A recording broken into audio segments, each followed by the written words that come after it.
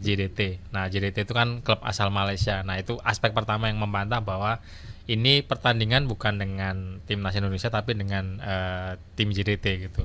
Lalu yang kedua, ada aspek kedua lagi, aspek waktu. Nah, video yang identik itu sudah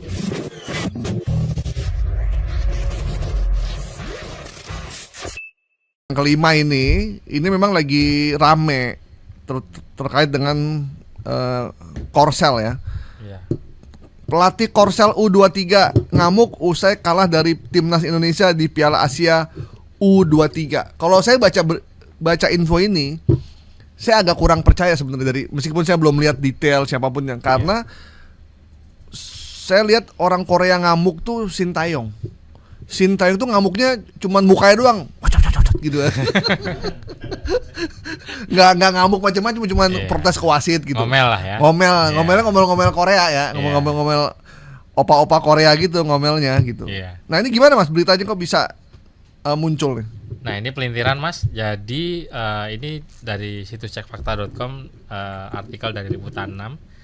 Teman-teman dari Liputan 6 itu menelusuri dan di situ ada logo JDT. Nah, JDT itu kan klub asal Malaysia. Nah, itu aspek pertama yang membantah bahwa ini pertandingan bukan dengan timnas Indonesia tapi dengan tim JDT gitu.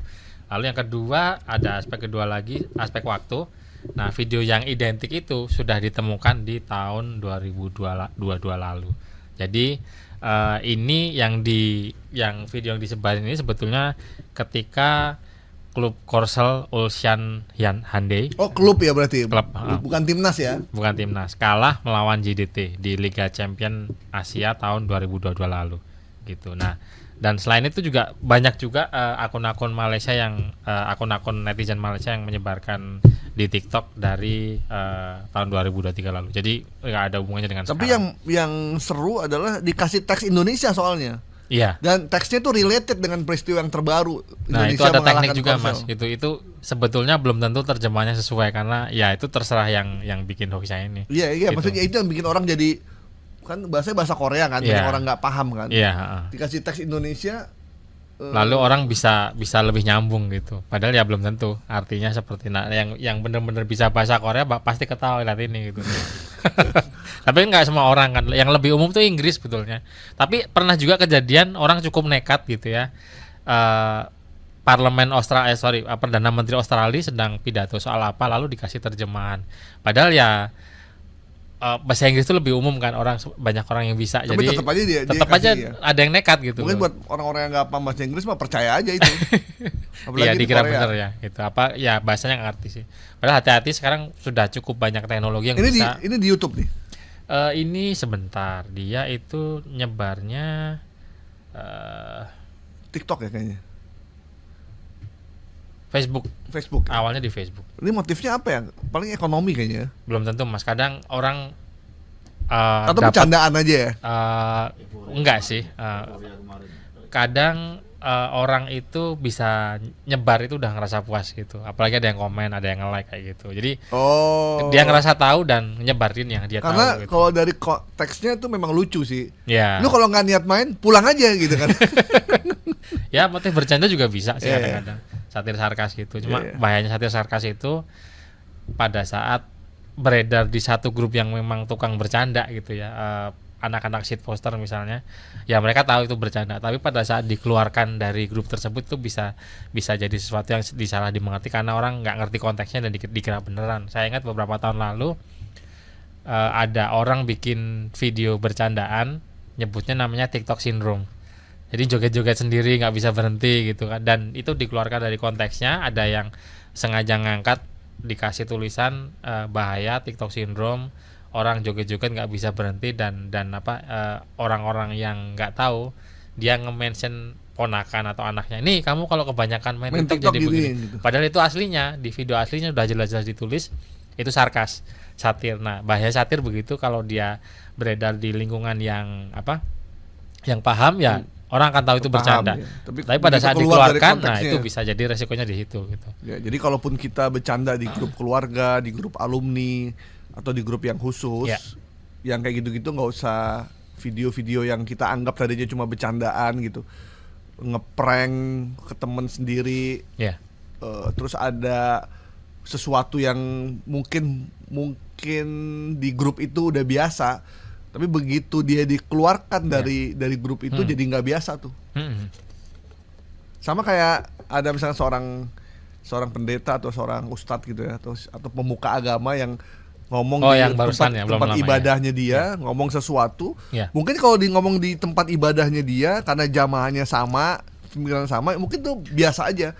Tapi begitu dia ngomongnya itu dipindahkan keluar dari ruangan jamaah itu, bahkan beredar di media sosial, itu menjadi nggak biasa buat orang lain. Iya, konteksnya nggak dapat Mas ya. Ya memang sekarang harus hati-hati karena klaim kayak itu kan sebetulnya beredar di internal dan ada yang bocorin ya. Kita nggak bisa benar-benar mengendalikan karena sekarang istilahnya kamera kan di mana-mana nih. Gitu. Hal-hal yang seharusnya cuma beredar di grup yang terbatas, resikonya sangat besar untuk bisa nyebar lagi di luar. Gitu. Bener. Termasuk Anda yang suka merekam diri gitu sendiri. Iya. Hati-hati kalau merekam di handphone. Iya. Nah, takutnya handphone Anda hilang. Terus ternyata nggak dienkripsi gitu ya. Atau Anda udah hapus, tapi Anda lupa handphone yang di video atau di foto itu masih tersimpan di Google. Betul. Foto. Tersinkronisasi di Google Foto. Jadi mendingan nggak usah foto-foto dah. Nggak usah foto yang gituan. Foto yang kayak gituan gitu. Foto yang ini aja, foto kucing gitu kan. Gitu. Ada yang nanya nih, kalau foto kucing telanjang boleh nggak?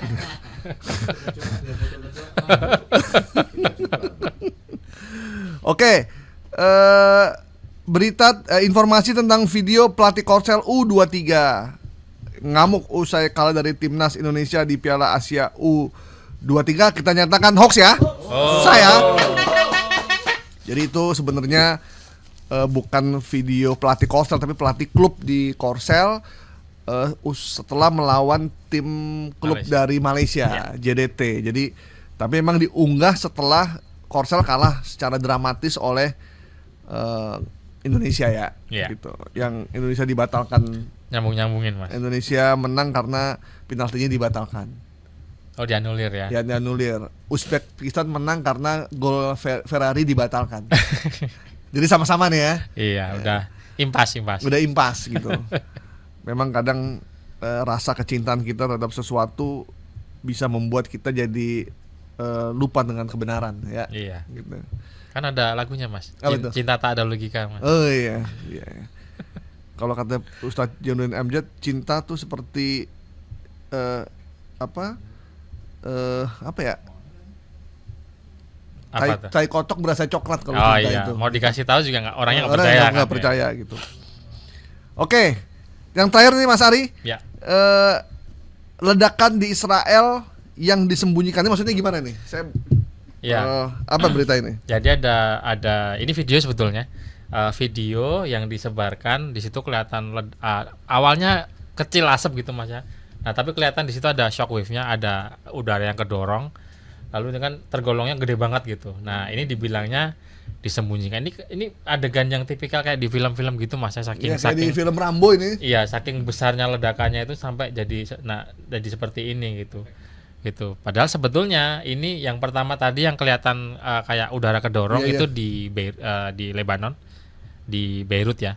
Jadi itu ledakannya memang gede banget yang semua orang kaget ya. Memang gitu. ada kejadiannya. Memang kejadiannya ada, tapi bukan di Israel, di Beirut. Dan ada satu lagi tadi yang kelihatan bunga api malam itu di Tianjin, di Tiongkok. Gitu. Tapi yang saya bahas di sini cuma yang depan ini. Kalau yang goyang Nah ini kelihatan kan kayak cendawan gitu. Jadi itu udara yang kedorong yang saking gedenya ledakannya, dia memang tidak kelihatan apinya gede gitu, tapi ya udaranya sampai terdorong gitu. Kalau yang gedung tadi bergerak-bergerak itu di Beirut itu?